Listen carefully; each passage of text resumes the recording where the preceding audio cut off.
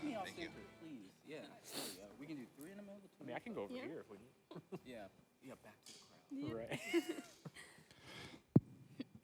All right. I'm sure everybody's full, they're sleepy, but we're about to wake you up with this panel that we have here, right? Some podcasting. So we've got an assortment of personalities up here at this table. None of you have met each other before, right? No. Even you two, and you're even married. Right. That's First great. time. That's awesome. Glad you guys are meeting. Congratulations, by the way. Thank you. Yes, you guys will get to know each other later, I'm sure. Yes.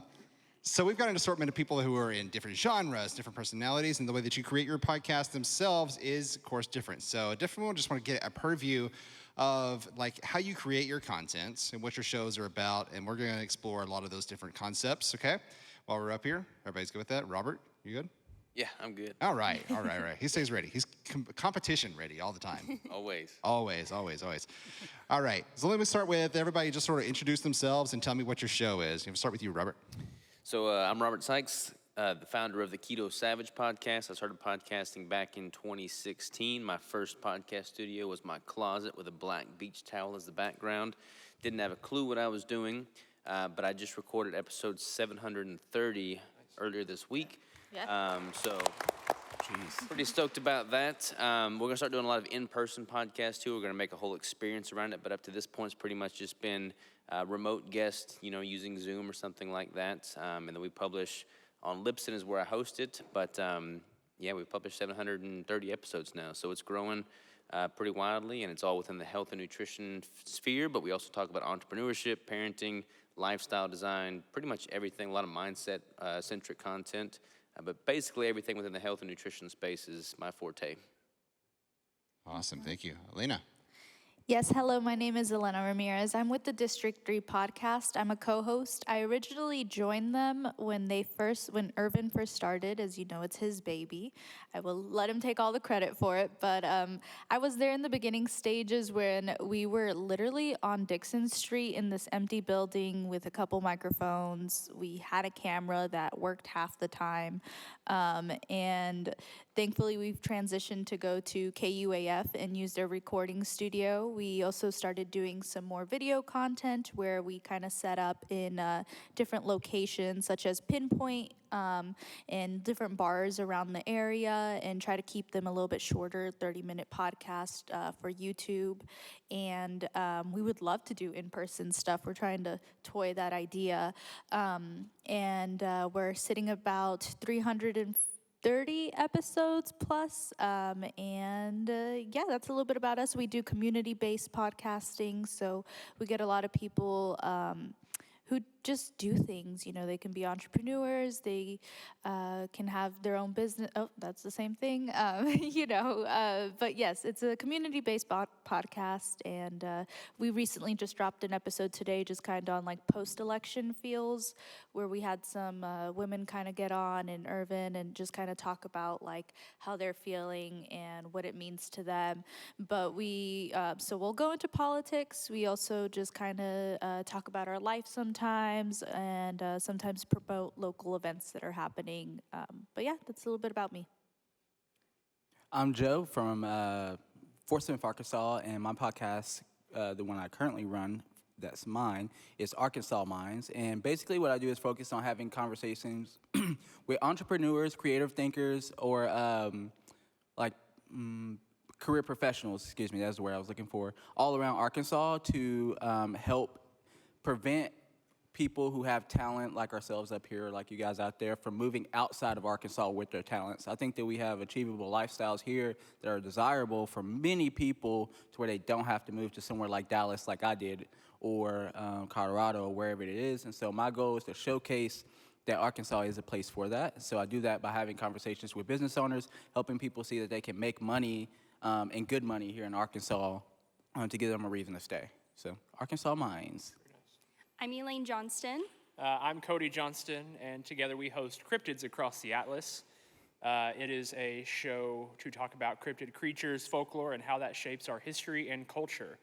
I'm not going to go into a whole lot of details on that, but I think there's like blue pamphlets laying everywhere now, so that weren't here earlier. So if you want to know about our show, you can look at the pamphlet. It has everything in there. Awesome, thank you guys. So pretty wide variety of different things that you guys cover and the way that you record your podcast. So, at APC, we try to keep up with the trends in podcasting so that we can give the best advice to podcasters that are either starting a show or trying to grow their show. And so, one of the things right now is using video for your podcast, right? And so that's been on the preview for a lot of podcasters for the past couple of years. But just recently, in the past few weeks, YouTube has overtaken, Spotify and Apple as the #1 podcasting platform in the world. It's used right now, right? And just this week, right before we started this festival, Spotify, unknowingly, they didn't let us know ahead of time, but how dare they? But they announced that they are changing their platform. Like if you host your podcast on Spotify for podcasters, it's now called Spotify for creators. And that you can use like shorts and reels to promote your podcast on their platform. So it's basically becoming a form of social media. I just want to know from you guys, are you using video? And if so, how are you doing it? And are you seeing any great results from it? We'll start with you, Robert. I'm terrible with social media. I have grown a lot of social media following via the business outlets, but I don't capitalize on the opportunity that video provides. That is one of the greatest mediums out there. But with the podcast, I've really just focused on the conversation. Most of my episodes are hour to an hour and a half, and I've found that I can oftentimes get a better conversation if people aren't worried about how they look. They can just focus on the words that are being said. So I primarily have done just audio, but as we start to transition to in-person podcasts, I'm building out a studio right now and we'll fly guests in. Once we do that, everything will be video and it'll be chopped up into reels and social, smaller, easily digested pieces of content. But up to this point, they've all pretty much been just audio. I had to pull up our Instagram real quick to make sure I'm telling the truth. We recently started integrating more video whenever we have our guest in studio because we only have a limited episodes that we have full video. Editing takes a lot of time. Miggs, who's also on the team, he has a whole setup. That's what he does for a living, so he has this equipment already. But right now we do have short reels that range anywhere from 400 to 10,000 views on Instagram alone. And then we just recently got onto YouTube probably about 4 months ago, and they were able to connect our podcast. I can't think of the feed name. RSS. Yeah, just so that's grabbing our podcast already, and but we don't have as much video on YouTube as we should. Right now, we just utilize Instagram and Facebook since they're kind of just integrated already. It's easier, and then we definitely need to make the time to upload on TikTok and Instagram because we have seen growth on there. We've seen people take the time to watch that short, 10 to 30 second clip and hear their friend talk and then go to our podcast after that. So video is growing. The numbers are there, and whenever you put a face to that voice, I think it gives more of that, people connect more. And we've always tried to make sure our guests feel comfortable. Something that Robert pointed out is you want the people to focus on what they're talking about and not how they look. We have had guests, you could tell that they get a little nervous, but, just making sure you break them in like you typically do any podcast. Once you get someone talking, they kind of let loose, and the same thing happens with video, so. I think if you look at the history of podcasting overall, right, before 2020, you had more of the traditional podcasts, right? It's just audio. You're listening to audio. It's what we think of podcasting to be, audio. But I think in 2020, we went through a transition where, we were isolated. So there were a lot of podcasts that began to pop up that were video, right? Zoom blew up during COVID. There were a lot of Zoom podcasts that we listened to. And so I think because of that changed the next 4 years for podcasting. And so now podcasting is, when I think of podcasting, I think of YouTube. But that's because I come from the perspective of a content creator. So YouTube, obviously they started investing all the money into podcasting, which made creators transition to YouTube, which means obviously if you're on YouTube, no one wants to look at a cover art for 45 minutes. They want to look at a video, even if it sucks and it's low quality, but the audio is good. And so I think with that helped podcasting video to blow up. Now, that being said, short form video, I think to say if video is growing your podcast in 2024, 2025, because we're going into, we're really close, it depends on the platform. So if you are a podcaster and your main focus is to post your podcast to YouTube and do RSS feeds to other places, and you're going to do a lot of short form content, you're not really going to see a lot of growth on YouTube for short form content for your podcast. The reason for that is because YouTube splits the algorithm. And so like you will have a shorts audience that is completely different from your long form episode audience. YouTube still needs to work that out. It's not that great. There are features now that let you cut directly from the podcast. So if you have a short now on YouTube, and Spotify does this too with their new integrations they're doing, it will say this is from a full-length episode. Click here for the full episode, and it'll bring you into the episode exactly where you saw that short. But still, if you're only looking for that piece, you're not probably going to stay around for the whole podcast. Instagram, Facebook, and Pinterest. Pinterest is one that a lot of people don't think about. If you post short-form videos to any of those three for your podcast, you will see exponential growth for sure, especially with Instagram. The podcast that I did in Dallas called the LOL Podcast, and TikTok is the biggest one because it doesn't matter if you get 50 views. If one of them blows up and you get 10,000 views or 10 million views, now you have 200,000 subscribers on YouTube to your podcast, which is a big deal, especially for podcasts. So during, like last year when we did podcasting for LOL, we started with video first in mind. And because of that, the YouTube shorts were getting, I think the one we got the most was like 100 million views on YouTube. It was stupid. And then regular was like 1 million view shorts. And then we got to where we posting 3 a day.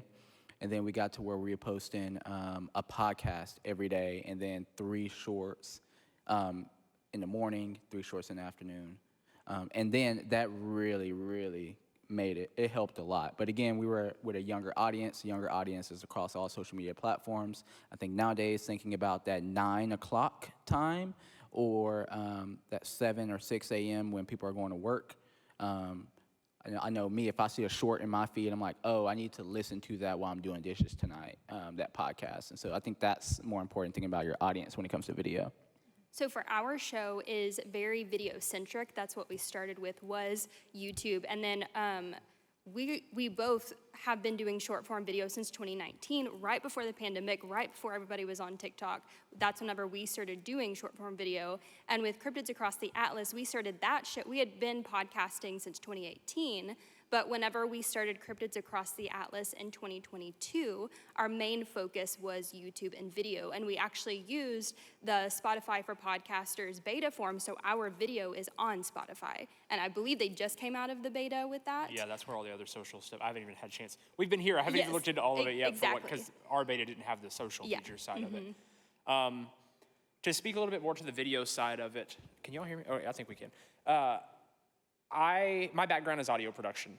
So whenever we went into making, and we had a podcast previously that was much more serious than this one is, and podcast production is what we do for a living. So audio is always my go-to. It's what I want to make sure it sounds good. It's all of that is engaging. I know that there used to be a statistic that floated around. I can't quote it number for number, but basically the biggest driving factor for someone clicking off of a video on YouTube is if the audio quality sucks. It's not if the video quality sucks. So audio first. However, I knew that from an algorithmic standpoint, podcasts are in this weird black hole where discoverability is just not great for podcasters. There are not platforms, even the ones that were good, like Chartable, closed, like just went out of business. So there's just not a lot of good places outside of video apps for audio to get discovered. And so I knew YouTube, and then of course, we had both grown pretty significant short form video through TikTok and Instagram previously, so we knew that was what we needed to focus on. That said, when I went into it, I wanted it to where when someone locked their phone on the YouTube video, if they're watching the video, it's engaging. I mean, it is There's very constant produced. moving photos. Yes, I mean, there's hundreds of photos added to every episode. It's a whole story. Like our episode's scripted. We do not have guests, by the way, so it's easier for us to do that. But if they locked their phone and listened, they could walk and go to the gym and they didn't feel like they were missing out. So it's not the hey, welcome to my channel. It's nothing like that. It's very much you can listen or watch, and either medium you have, you're gonna feel at home with.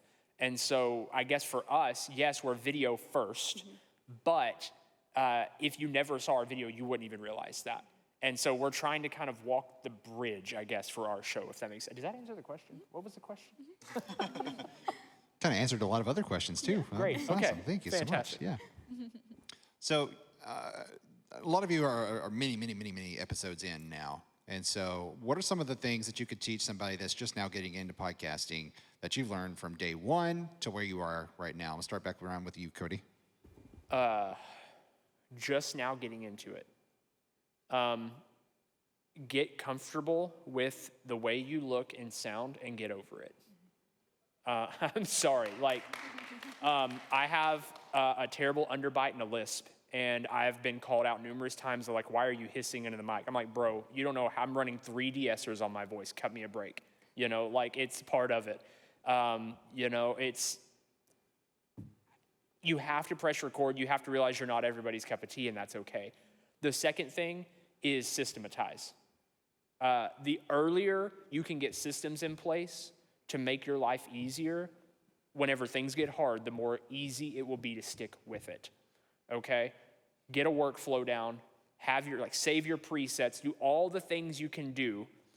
Set the mic up and leave it set up. Set the camera up. If you have a place you can set it up and leave it. If not, get a Sharpie and put dots on your nice floor or a little piece of tape so you know where to put the camera back to. Do whatever it takes to systematize to make the barrier of your own re-entry as simple as possible, or when times get tough, you will fall off.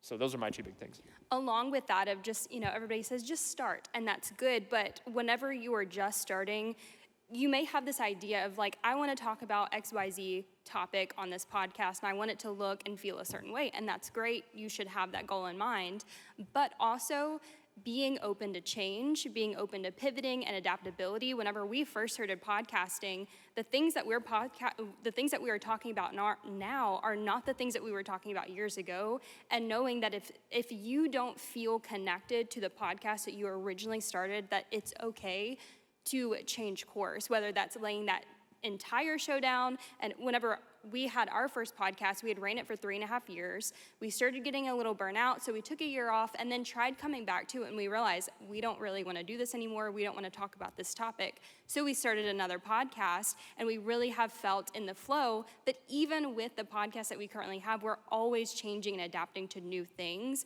And so don't feel like if you pick this one thing that you're stuck with it forever. Just being open to that growth. If someone's starting out with podcasting, the first thing that comes to mind is figuring out your why. So I would tell them to write this down. So why as an acronym, right? You have W, which is actual why. Then you have H, how, and then you have Y, you.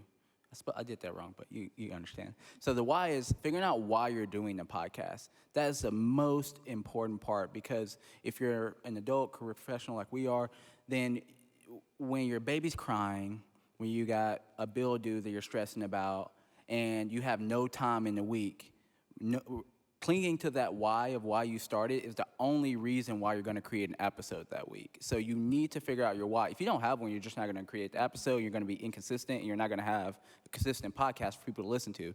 And then how is being flexible on the how, right? So sometimes it doesn't always work like you want it to, because technology doesn't work like we want it to. Sometimes you may want to jump on Riverside, and Riverside isn't working for some reason. So you need to be flexible. We see this on news all the time. Someone will be on a phone because the microphone isn't working, and they're a news station, $1 billion. So you have to be flexible on how you actually get the message across. And then why? This is probably the second most important in my opinion. Don't create content that you wouldn't watch or listen to. If you're not going to do that, then why are you doing it? So every piece of content that I create, whether it's for me or for a client, I personally enjoy engaging with that content. And if I don't, then I then I'm going to be coming up with ideas on how to change it to make it more engaging for me, because I am an audience to myself and it needs to be good to me. So I guess what I would say, I guess. A couple things. As they said earlier, like, you might not be everybody's cup of tea. And sometimes some people don't like podcasts, and that's okay. So you need to learn how to be your biggest fan. You need to know how to introduce yourself as a podcaster. This is the work that I'm doing. Oh, yeah, just, get to learn the people that you're talking to and be like, I think you'd like this episode. Always just think about how your work can be connected to everyone in a different way. You're like, oh, yeah, you might not like the first 10 episodes. That's okay. But I promise you this episode, this is going to be yours. It's just like being your biggest fan, because if you're not, then who is? Another thing is being proud of your work. I always listen back. Getting over yourself is a huge thing too. You'll start noticing that you repeat things, just like that. So getting over those things and realizing that you're a person and you can use that to your advantage for your audience.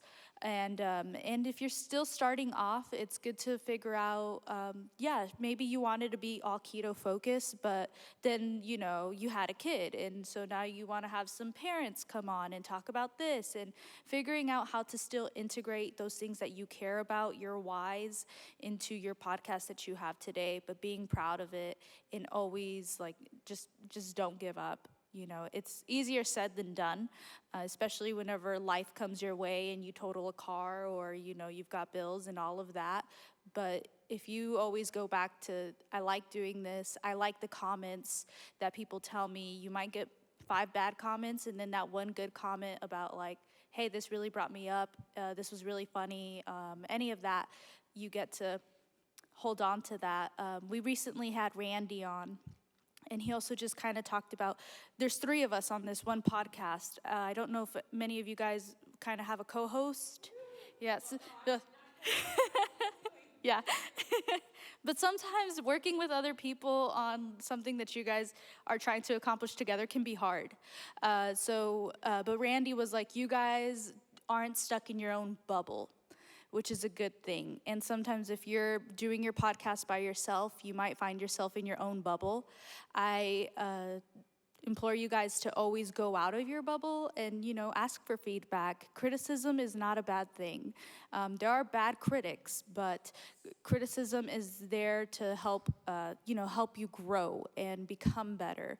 So look at those bad reviews and learn from them. And then also realize that sometimes bad reviews are bad reviews and you don't need to care about them.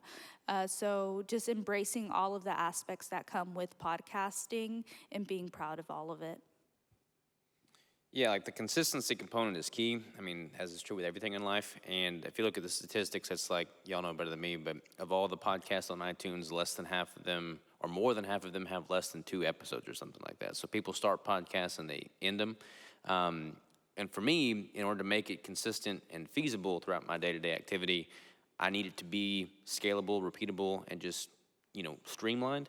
So kind of going back to y'all's points about making it easily integrated into your life is key. So for me, like, I'll throw an intro and an outro, and I'll have a record an intro, and I'll put my intro and outro music on there. But I don't go through and edit any of the any of that stuff. Like, it's just totally free form, and that makes it more scalable for me.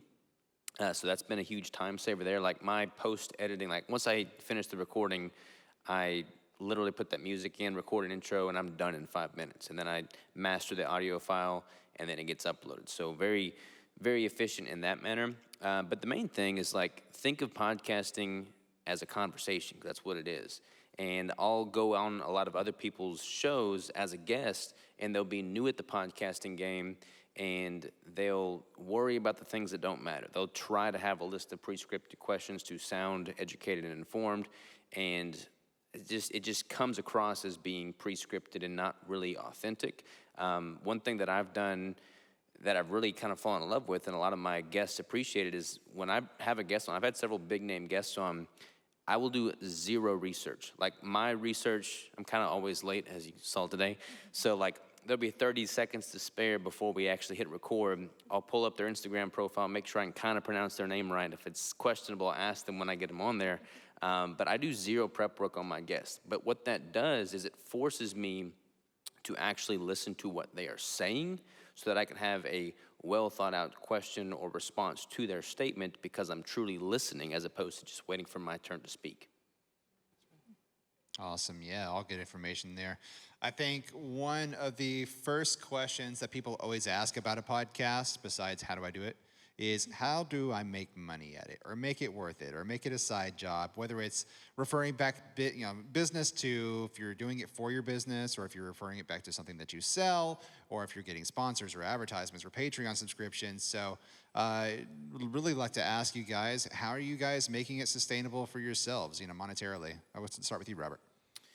So I have not officially monetized my podcast. We're at like 3 or 4 million downloads now, and I get a lot of companies reaching out wanting to sponsor my show, and I turn them down because I don't want my guests to sit through 15 minutes of pre-roll ads before we get into the meat of the topic. But it's indirectly been probably one of the best forms of just building credibility in the space that I'm in. So people will find out about me through the podcast or from other people via the guests I've had on there, and then they'll see me as a credible source. They'll be more likely to buy my products, hire me for coaching, do that kind of thing, as opposed to like a direct monetization of the podcast via the sponsorships. Not that there's anything against that, but I personally haven't gone that route. Yeah, District 3, we're still kind of like, do we want to get money? Do we want to be careful with the money that we're accepting? But at the end of the day, you do need money. You need new equipment. You are always wanting to do something bigger and better. So we're still trying to learn the process. We have had people reach out, and it's just kind of comes down to how do we go about this as a team? Like I said, since we're like a team podcast, in accepting all of that. But the money is there. There are grants for people to apply for, so keeping track of local organizations and national organizations for creative grants. What you're doing is very creative. If you're giving a platform to other people, think about how what you're doing and how it could be diverse. Think about all those aspects because there is money there. You just have to look for it. And also, products, you can become a micro-influencer. So if there's like small products, local businesses, we are very thankful for the community that we live in because KUAF has offered their space for free. So, that's equipment that we don't have to pay for. We go to local owners and we can use their space to record. It's basically free promo for them. And, we'll get discounts whenever we go to the restaurant sometimes. So it just kind of is like those little trade-offs that you do, but nothing really big yet. Maybe someday, maybe not. We'll see. Can you answer your question one more time? I get excited about talking about how to make money with podcasts. So I want to make sure I do it right. Yeah. How are you making this sustainable for you as far as you obviously have to, you've got kids, right? Yes. Do they cost money? Oh, I got doctor bills. Okay. So for me personally, with my podcast, I think first, if someone's looking to start making money with podcasts, I think you have to first be flexible. Because for me, in my experience, I've made money pretty much in every way that I know possible how to make money with podcasts that I've either done for myself or other business owners or creators. So I think you have to be flexible because you don't know which avenue is going to come first a lot of times. So for example, what I would guess would be more obtainable for somewhere like Arkansas where we are now is like doing grants. So a lot of times, if you're going to be doing a podcast that's specific around a certain topic, then there's grant opportunities for that. And you may not always see it first, but you have to look for it. You guys help a lot with that, and they introduced me to that, actually. But in my case, it wasn't even directly that I got a grant. What happened for me is another business, which was the city itself that I was in, Fort Smith, they're like, hey, we really like what you're doing. We want to do the same thing, and they have grant money from other businesses. So then they paid me to do a podcast.